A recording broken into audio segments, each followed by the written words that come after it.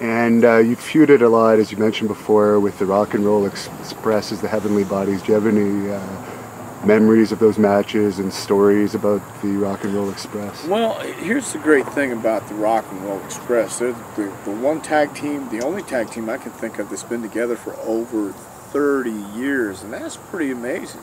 That's a hell of a marriage, man, to go through life with, and especially in this business.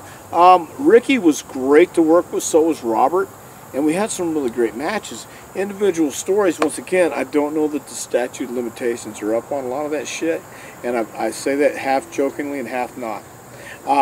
We had a great time, but man, the thing about back then, and when you talk about rock and roll stars, and you talk about guys like Ricky and Robert, they were living the life of a rock and roll star. Everywhere they went, even in Smoky Mountain, I gotta say this, they had their run in WCW, but in East Tennessee, that's kind of a special place too.